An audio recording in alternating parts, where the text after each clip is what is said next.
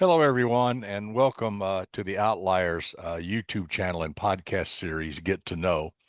We have a great guest today who has been with us before, Christa Carmen.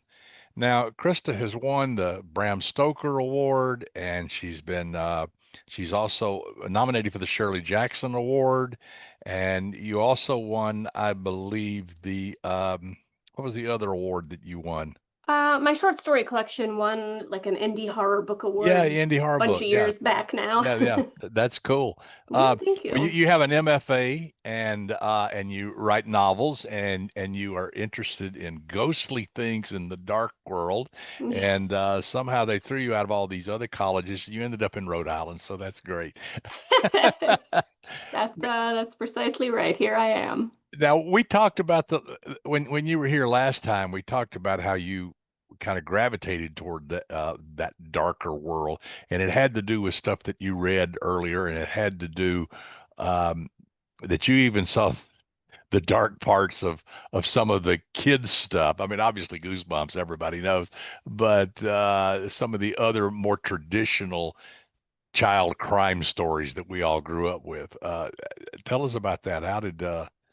Why did you? Yeah, I'm thinking, are you talking about like sort of like the Babysitters Club and Nancy Drew and the Yeah, all Boxcar that Children? stuff. Like, Yeah, you like yeah, the so darker Nancy Drew stories. I Yeah. did, I did. Yeah,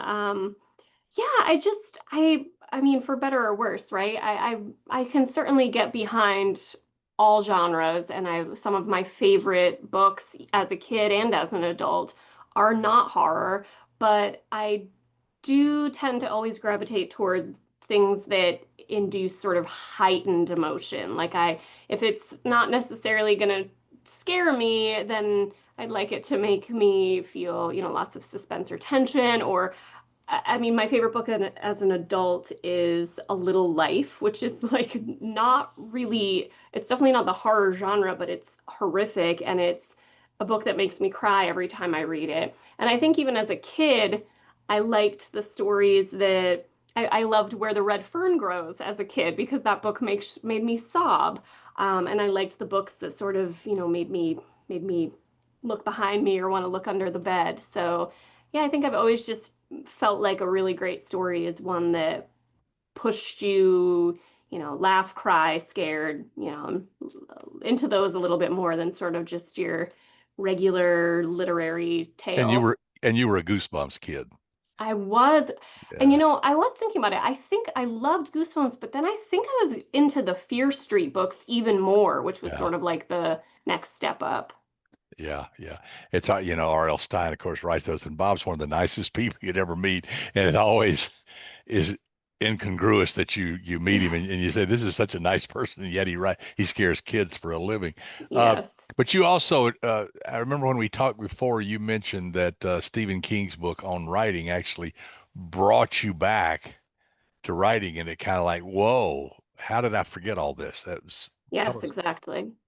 Yeah, I still, I mean, every time I talk about it, I always feel a little bit silly that I forgot that, or I like didn't realize that one could be a writer. Like I just sort of had fallen away from writing myself, and I always wrote just for myself personally.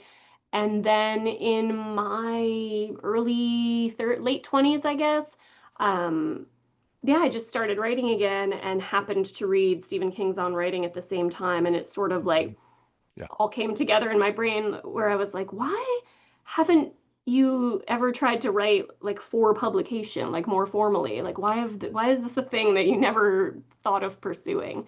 So yeah, from that moment And you on, started with short form fiction, short stories. Yeah. I did. I wrote tons of short fiction. I wrote a novel early on, but I felt like I just wasn't up to the challenge of doing it well yet. So I kind of put that aside and just wrote tons of short fiction, and then came back to the novel writing, and still had, I mean, I wrote one, two, three, four, probably five novels before my first novel was actually published.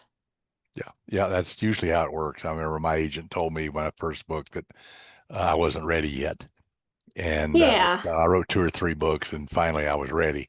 We ended up publishing all of those later after I learned how to write. Yeah, it Right, takes right. You time. can go It's back not, and edit. yeah, you don't learn it over a weekend. That's true. Right, right. And Um, at the time that can be a hard thing to hear, but I do find that like then when you oh, if you take the advice and then you look back, you're like, yeah, that was good advice. I'm glad I no, didn't no, like me personally, I am very glad I didn't publish that first novel. no, and that's exactly when I sent Kimberly the first book. Uh, she called me a week later, said there's a story in here somewhere. I just can't find it. And I said, well, that's what I needed to hear. Yeah. Because if you want to do this, you got to get hit in the face. I mean, you're going to get whacked around, and there's no way around it. I know of very few writers who just come out of the box and they can sit down and write a story. Those are Yeah, no, very rare, practice is rare like commodities. Yeah. anything else. Yeah. Well, you have a new book. Is it coming out or is it out already? It is coming out. It That's what I is, I thought. think it's ex a day shy of two Okay, weeks from now, October 7th. cool. How to Fake a Haunting. I love it. And what a great cover. Oh, thank Uh, you.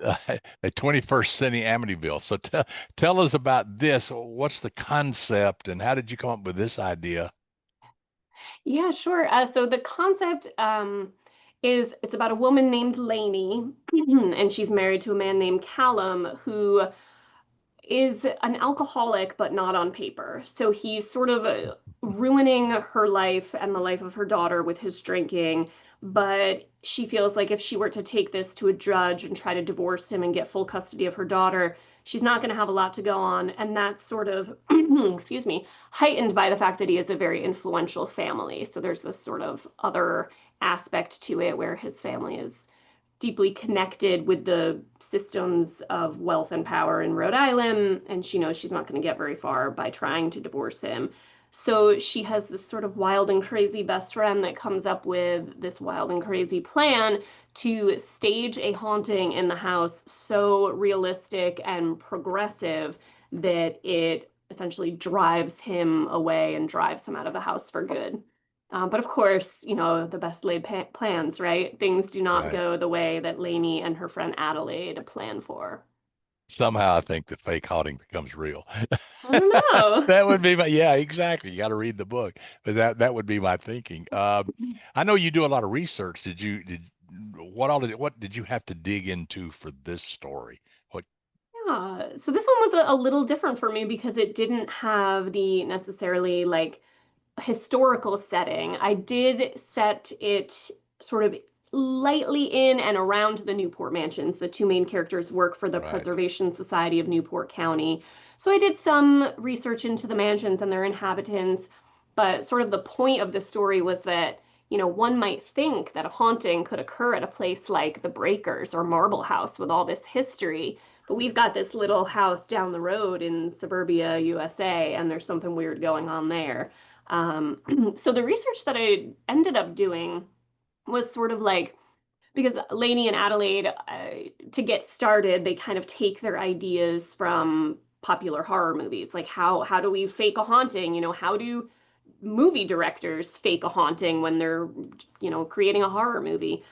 So I sort of revisited the Conjuring and Poltergeist and Amityville Horror and Let's Scare Jessica to Death and The Changeling and all these sort of like earlier.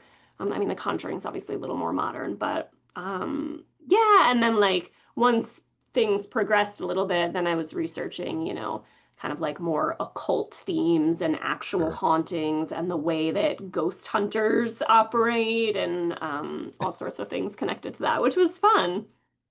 Yeah, obviously, England has Windsor and Buckingham, and France has Versailles, but America has Newport, Rhode Island. And I encourage anyone, if you go there, and it's a cool town to go to, go drive. I guess it's Billionaires Row, but whatever. The Yeah, it's like mansions are Bellevue breathtaking. Avenue and Yeah, the Cliff Walk and they're breathtaking. They're yeah, breathtaking. Yeah, it's yeah. really fun to go and visit. That's a cool place to set something. You mentioned last time because you were working on this book, and I know you were kind of deciding whether if you said sometimes you were more of a pantser and sometimes you were more of an outliner, and you kind of moved around, and I think that's smart. Different stories require different work. But you said you were really wrestling with this story when you were working on it that time. Well, I think writers would be very interested in someone who is skilled and someone who has experience and someone who is published. How does that not get around your throat and won't let go? Yeah, I mean, you said it. Every project is different and requires different things. And I do tend to sort of fight against that a little bit, where I'm like, it's like I know it's happening. I know the story needs me to sort of like pivot with what I'm doing, but I kind of like I'm actually it's so funny. I apparently never learned because I'm experiencing it right now with my current work in progress. I everything this one is going much more smoothly, but I did hit not even really a snag, just like again where my expectation and what the book needed were just kind of like two different things. And it always throws me for a loop where it kind of like interrupts my flow for a little bit just till I can sort of recalibrate.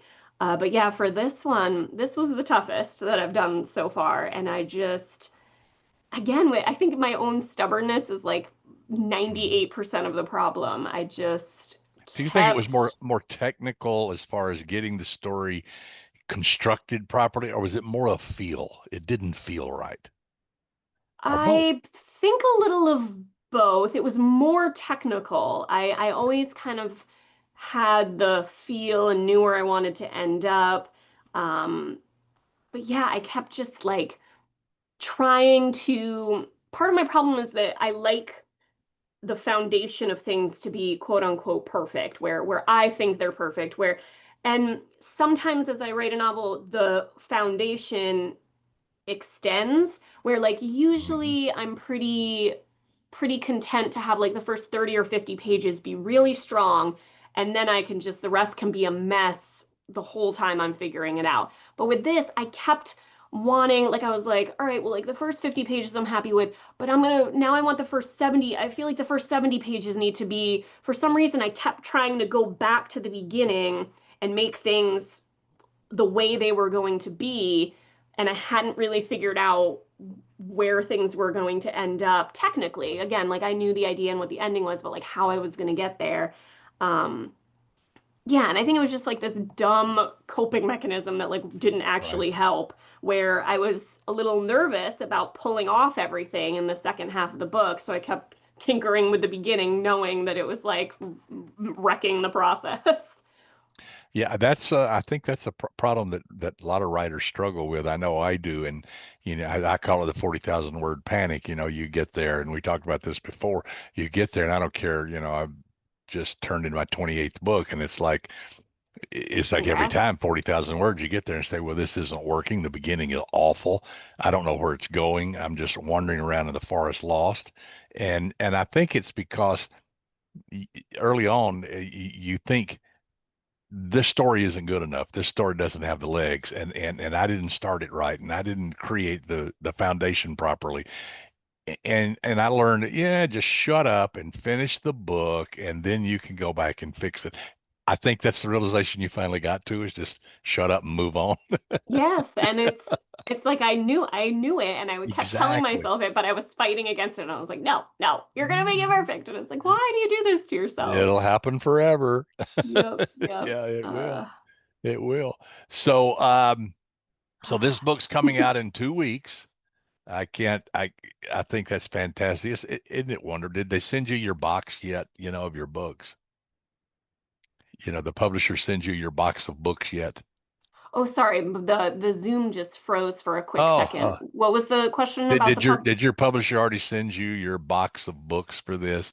Isn't that Yes, I great? received it. It was very exciting. I actually did a fun unboxing video with my daughter, who's Oh, 5. cool, cool. She got to play a ghost woman in the back of the video while I was opening the books, which was I quite love it. silly and fun.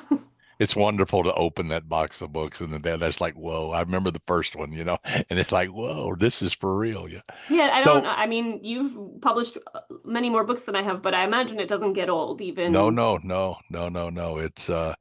And you go to book signings and see them in the window and stuff like, that's one of the rewards of this business. But that's what makes the craziness and the hitting your head against the computer keyboard makes it all worth it. Is that at the end you've done something that you wanted to do. So Yes. where can everybody find you and find the book and learn more about you and about your other books? Yeah, I'm actually doing a bunch of different stuff this time around. I started a Substack newsletter, so been giving like cool different types of updates there. But mainly my website, www.christacarmen.com, has links to all my social media and the Substack newsletter as well. And Cool, then cool. the book comes out October 7th. Ooh, I can't wait. It's such a it's so cool, Thank and I you. really I really like this cover. I really do. Thank you. You know, the melting wax, that says a lot. I love it. It Well, fits thanks the for book being here. nicely. It fits the Well, book nicely. There's some fun candle good. hauntings that go Oh, on, good. Yeah, so of course. You got to have candles in a haunted story. of course. Yeah, because and the breeze blowing and then flickering. Of course, you have to. Um, well, great. It's so good having you here again. I'm sorry Kathy wasn't here with us this time, but Yeah. she's in Mexico laying in the sun and drinking margaritas. So let's don't feel too sorry for her. Yes, So, that sounds quite lovely, and I hope that she is enjoying herself immensely. And thank you so very much for well, having thank me you. back. And the one that you're working on now, when that gets to fruition, let us know and we'll get you back again because we Thank always you. have such fun with you. Oh, thanks so much. I would love that. Thank you. Well, thanks everybody for listening and watching. This has been Get to Know here on the Outliers YouTube channel and podcast series. And as you know, we will be back with other interviews down the road. So until then, keep reading, keep writing, keep having fun, and try not to get caught.